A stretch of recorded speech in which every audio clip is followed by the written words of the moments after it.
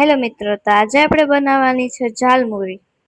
તો ઝાલમુરી બનાવવા માટે આપણે આ લઈ લીધા 2 વાટકા મમરા, અને પછી આપણે જો આ 1 ટમેટું ફટાફટ આપણે આ મોરી લીધું, અને આપણે જો આમાં 1 જ ટમેટું નાખ્યું હતું, અને જો મમરા પણ 2 વાટકા લીધા હતા, કેમ કે હજી બધું શાક તો બીજું બધું આવશે એટલે આ ઘણું બધું બની જશે. પછી તો આપણે આ મોરી લીધો 1 કાંદો, અને જો આ ફટાફટ આપણે મોરી લીધો ને પછી આના પછી આપણે છે ને લગભગ આ મરચી મોરવાની છે.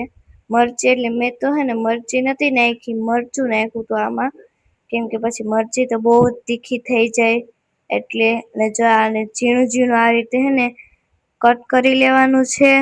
ને ત્યારબાદ જો આ હે ને બાફેલા બટેકા હતા, તો જો આ મેં હે ને બટેકાને પેલા છાલ ઉતારી નાખી, અને જો આ નાને આવી રીતે હે ને નાના નાના કટ કરી લેવાના છે. ને આ કર્યા પછી હે ને આપણે જો આ બધું હે ને તૈયાર કરી લીધું હતું વાટકીમાં. આ તો લાલ મરચું, લીલું મરચું, દાણા, ગરમ મસાલો, લીંબુનો રસ, મીઠું, આમચૂર પાવડર, આ હતી ચટણી આપણે ઘરે બનાવી હતી, ટમેટા, કાંદા, બટેકા, ચવાણું, અને અહીંયા હતા આપણા મમરા.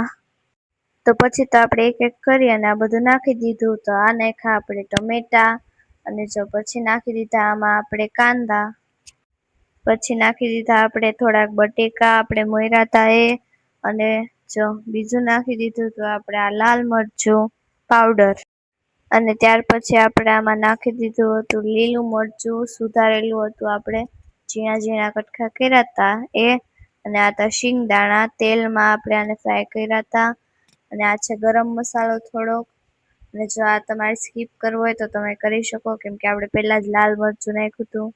પછી નાખ્યો તેમાં આમચૂર પાવડર, અને પછી જો એમાં આપણે નાખ્યું થોડુંક નમક, અને આ થોડુંક ઓછું નાખવાનું કેમ કે આમચૂર પાવડર આપણે નાખ્યો તો પહેલાં જ એટલે. અને જો થોડોક લીંબુનો રસ નાખી દીધો, અને પછી આપણે હે ને એમાં ચવાણું નાખ્યું હતું થોડુંક, અને પછી આપણે નાખી ત્યાં આપણે ઘરે ચટણી બનાવી હતી આંબલીની, અને તો એ નાખી દીધી. ખજૂર આંબલીની ચટણી હતી આ, તો આપણે જો એ નાખી દીધી થોડીક, અને જો પછી આપણે આને કરી લીધું મિક્સ. અને જો આ રીતે મિક્સ કરી લીધું આપણે કરતા હતા જો, અને એને પછી તો આપણે જાને હે ને ધાણા નાખી દીધા આમાં થોડાક, આજે ધાણા ઉપરથી નાખ્યા, અને હે ને એમાં થોડીક સેવ નાખવાની. સેવ મસ્ત લાગે છે એટલે.